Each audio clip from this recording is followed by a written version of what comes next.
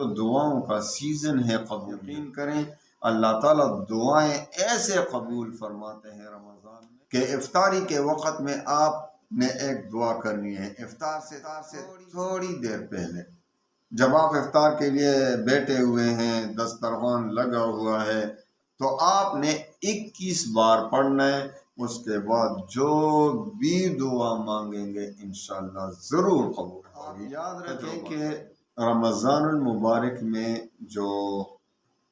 لوگ کہتے ہیں کہ پہلے عشرے کی یہ دعا ہے دوسرے عشرے کی یہ دعا ہے تیسرے عشرے کی یہ دعا ہے تو پہلے تو یہ بات رکھیں کہ یہ حدیث سے ثابت نہیں ایسے پہلے عشرے کو حضور صلی اللہ علیہ وسلم نے فرمایا اولہ رحمتن تو بعض بزرگوں سے منقول ہے کہ اس میں زیادہ تر رحمت کی دعا کرنی چاہیے رب اغفر وارحم وانت خیر الراحمین یہ دعا بھی بزرگوں سے منقول ہے حدیث میں نہیں آیا دوسرا عشرہ مغفرت کا عشرہ ہے دوسرا عشرہ مغفرت اوسطہ مغفرت تو بزرگوں سے منقول ہے کہ اس میں زیادہ تر استغفر اللہ ربی من کل ذنب واتوب الیہ یہ استغفار پڑھنا چاہیے مغفرت کا عشرہ ہے اور تیسرا عشرہ عتق من النار ہے جہنم سے آزادی کا عشرہ ہے تو اس میں زیادہ تر یہ دعا کرنا چاہیے اللہم انک عفو تحب العفو فاعف عنا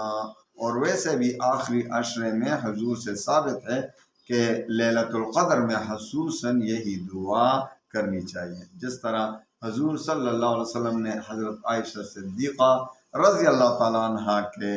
پوچھنے پر فرمایا تھا کہ جب لیلۃ القدر آپ پا لیں تو یہ دعا کریں اللہم انک عفو کریم تحب العفو فاعف عنا یا اللہم انک عفو تحب العفو فاعف عنا تو بزرگوں سے یہ منقول ہے کہ پہلے عشرے میں یہ دعا پڑھیں دوسرے عشرے میں یہ دعا پڑھیں تیسرے عشرے میں یہ کسی چیز کی پابندی نہیں جو بھی آپ دعائیں مانگتے رہیں یہ تو دعاؤں کا سیزن ہے قبولیت کا آپ یقین کریں اللہ تعالیٰ دعائیں ایسے قبول فرماتے ہیں رمضان میں خصوصاً افطاری کے وقت آپ ایسا کریں کہ افطاری کے وقت میں آپ نے ایک دعا کرنی ہے افطار سے تھوڑی دیر پہلے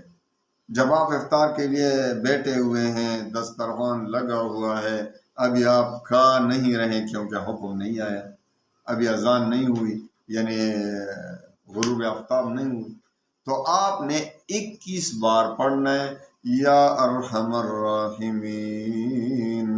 یا ارحم الراحمین یا ارحم الراحمین اس کے بعد جو بھی دعا مانگیں گے انشاءاللہ ضرور قبول ہوگی تجربہ کریں تو اللہ تعالی ہماری تمام دعاؤں کو قبولیت کا درجہ عطا فرمائے ہم تمام مسلمانوں کی تمام پریشانیوں کو دور فرمائیں تو اس میں کسی خاص عمل کی کوئی یہ نہیں کہ اس میں یہ دعا ضرور کرنا چاہیے اس کو سنت سمجھ کر نہیں پڑھنا چاہیے بس ویسے رحمت کی دعائیں جو بھی چاہیں آپ کریں مغفرت کے لیے استغفار زیادہ سے زیادہ پڑھیں زیادہ سے زیادہ اللہ کو راضی کرنے کی کوشش میں لگے رہیں تو انشاءاللہ العزیز یہ رمضان ہمارے لیے برکتوں کا مہینہ ہے اور اس میں تمام برکتیں انشاءاللہ ہمارے لیے اللہ تعالیٰ مقرر فرمائے گا اللہ تعالیٰ ہم تمام مسلمانوں کو رمضان کی تمام برکتوں سے مالا مال فرمائے وآخر دعوانا ان الحمد